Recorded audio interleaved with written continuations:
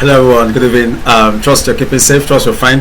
Okay, without wasting much of time, let's quickly move to this week's topic. So this week we'll be looking at perimeter and area of plane shape. So plane shapes. Last week we looked at the definition and the properties of plane shapes.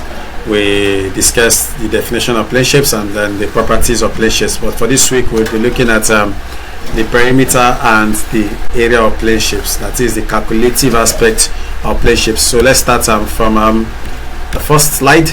Definition of perimeter, that's measuring perimeter. What's perimeter?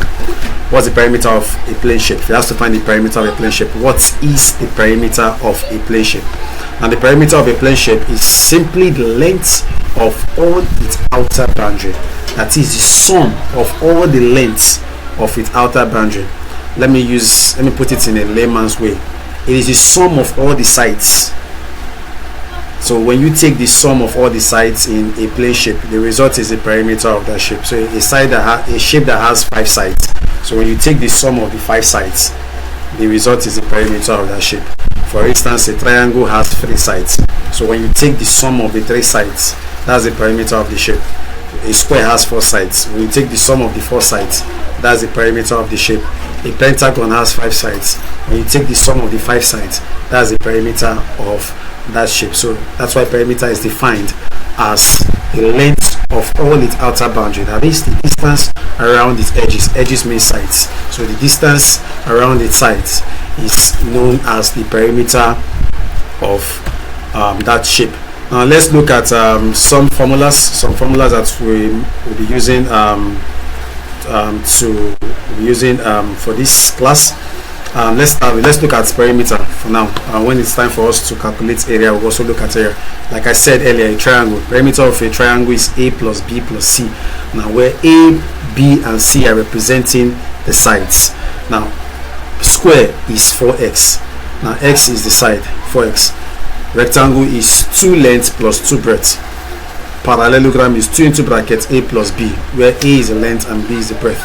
Rhombus is 2 roots of D1 square, that's the diagonal 1 square plus diagonal 2 square. So the way I said D1 and D2 are the diagonals.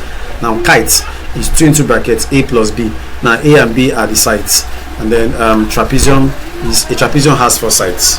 So a trapezium, it has 4 sides. So the sides are A, B and C. And then the perimeter or the circumference of a circle is 2 pi r, where r is radius and pi is constant. Pi is always 22/7. So I want you to please learn the formulas. I want them to be part of you.